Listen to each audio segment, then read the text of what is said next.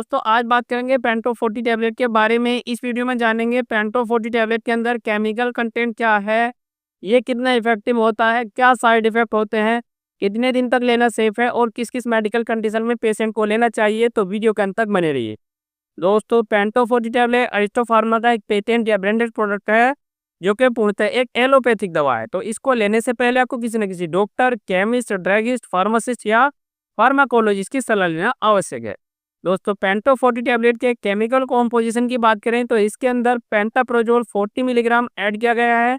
इसका molecular formula C16H15F2N3O4S होता है। ड्रग क्लास की बात करें तो प्रोटॉन पंप इनहिबिटर मेडिसिन है। कुछ व्यूअर्स की समझ में नहीं आया होगा प्रोटॉन पंप इनहिबिटर मेडिसिन ये क्या बोल दिया। दोस्तों बॉडी के अंदर स्टोमक होता है, स्टोमक के भी बहुत सारे पार्ट होते हैं, उसके अंदर लेयर या लाइनिंग के आसपास इसके अंदर कुछ बोरिंग्स होते हैं, कुछ होल्स होते हैं एसिड सिक्रेट करने के लिए। दोस्तों उन एसिड के सिक्रेशन को जो भी रिसोर्सेज होते हैं उनको ये ब्लॉक कर देता है, बंद कर देता है और एसिडिटी और कब्जियत से पेशेंट को राहत मिल जाती है। दोस्तों एसिड का सिक्रेशन स्टोमक में होना हमारे लिए बहुत ज़रूरी है ताकि खाना अच्छे से डाइजेस्ट हो सके।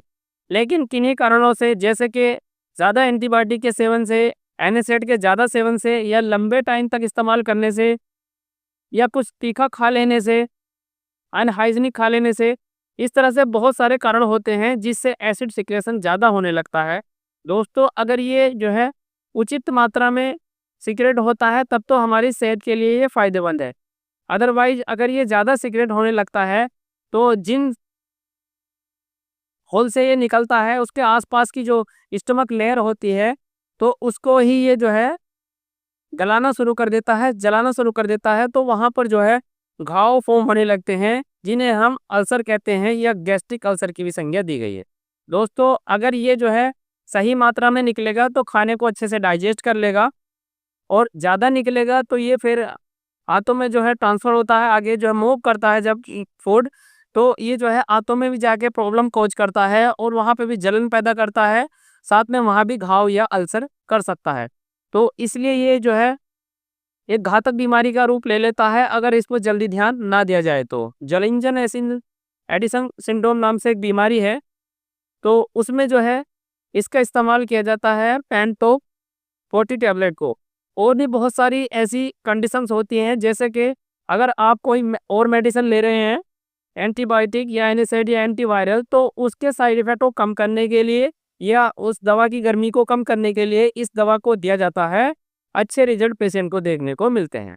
दोस्तों बात करें जनरल डोज की, एक व्यक्ति जिसका वजन 40 से 60 किलो के आसपास है, मतलब एक अडल्ट पेशेंट के लिए डोज तो 40 मिलीग्राम की एक टैबलेट सुबह निहार मुंह या खाली पेट दी जाती है और ज़रूरत पड़ने पर शाम में एक टैबलेट खाना खाने से आधा घंटा पहले दी जाती है। ये सफिशिएंट डोज हो जाती है पेशेंट को 24 घंटे में एसिडिटी और कॉन्स्टिपेशन, कब्जे जैसी समस्याओं को दूर करने के लिए।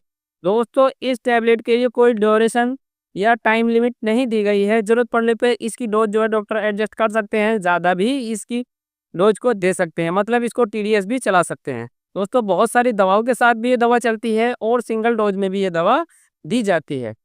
इसको जो है बड़े भी ले सकते हैं, प्रेगनेंसी मदर भी इस दवा का जो है इस्तेमाल कर सकती हैं। दोस्तों ये दवा जो है बहुत ही अच्छी दवा है उन पेशेंटों के लिए जिनको लंबे टाइम से गैस या एसिडिटी की समस्या है। आजकल के तो हर किसी नॉर्मल व्यक्ति को अगर 10 में से तीसरे बंदे की बात करूँगा तो एसिडिटी या गैस का शिकार हो गई होगा।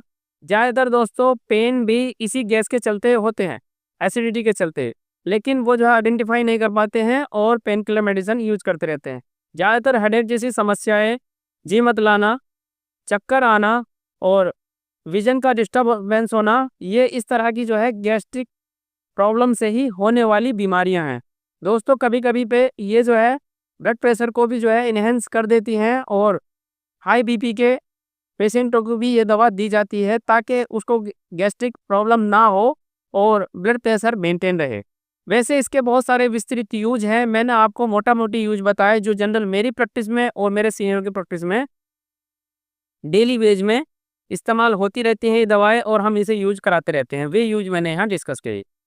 दोस्तों अगर साइड इफ़ेक्ट की बात करें तो वैसे कोई इसके साइड इफ़ेक्ट नहीं है। अगर ज़्यादा इसको आप ले लेते हैं तो एसिड का सिक्रेशन बिल्कुल बंद हो जाएगा जब तक इस दवा का असर रहेगा। तो खाना डाइजेस्ट होने में आपको समस्या हो सकती है। मतलब खाना देर से पचेगा और हो सकता है खाना ज़्यादा देर से पचने के कारण खाना वहीं पे जो है डाइजेस्ट ना होए और सड़ने लगे।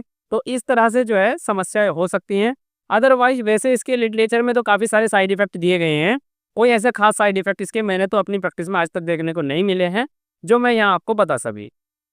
दोस्तों वैसे ये दवा जो है हर एक डॉक्टर की पहली पसंद होती है, चाहे गायनेकोलॉजिस्ट हो, न्यूरोलॉजिस्ट हो, जनरल फिजिशियन हो, सभी तरह के डॉक्टर इसको प्रिस्क्राइब करते हैं। फिर भी कुछ डॉक्टर जो है कोई अल्टर मेडिसिन भी इसके अलावा दे सकते हैं। तो एक बार आप डिस्कस कर लीजिए अगर आपको इस तरह से समस्या है तो कोई। अब मैं बात बताता हूँ इसके प्रैक्टिकल यूज़। तो दोस्तों पेट में छाले होने के कारण जो समस्या होती है उनमें दिया जाता है, हाथों में छाले हो उसमें दिया जाता है। साथ में जो है अगर किसी को अफारे जैसी समस्या रहती है तो उसमें भी इसको दिया जाता है। सभी तरह के जो है सिर दर्दों में इसका इस्तेमाल किया जाता है जो गैस से रिलेटेड समस्याओं में होते हैं। लेकिन पहचानेंगे कैसे इसको? तो दोस्तों इससे जो है अगर किसी और मेडिसिन के भी हम साथ दे दें तो इससे कोई ऐसे अननेसेसरी साइड इफ़ेक्ट होते हैं, ना ही कोई ऐसी लत लगती है। तो इस मेडिसिन को आप किसी भी जो है एनएसएड मेडिसिन के साथ भी इस्तेमाल कर सकते हैं, कोई दिक्कत नहीं है। उम्मीद करता हूँ दोस्तों आपको पेंटाप्रोजोल टैबलेट से रिलेटेड सारे डाउट क्लियर हो गए हैं। फिर भी आपका कोई सवाल अगर रह जाता है तो आप कमेंट बॉक्स में कमेंट कर सकते हैं। मैं आपके सवाल के देने की पूरी कोशिश करूँगा और मुझे ऐसा लगेगा कि इस सवाल का जवाब देना जो है सभी के लिए बेहतर रहेगा तो मैं कोई फर्दर वीडियो बना के आपको जो है वो क्वेरी सोल्व कर दूँगा। उम्मीद करता हूँ दोस्तों आपको पेंटॉप टैबलेट से रिलेटेड सारी जानकारी अच्छे से समझ में आ गई होगी। वीडियो अच्छी लगती है तो एक लाइक कर दें, चैनल पे नए हो तो सब्सक्राइब कर दें।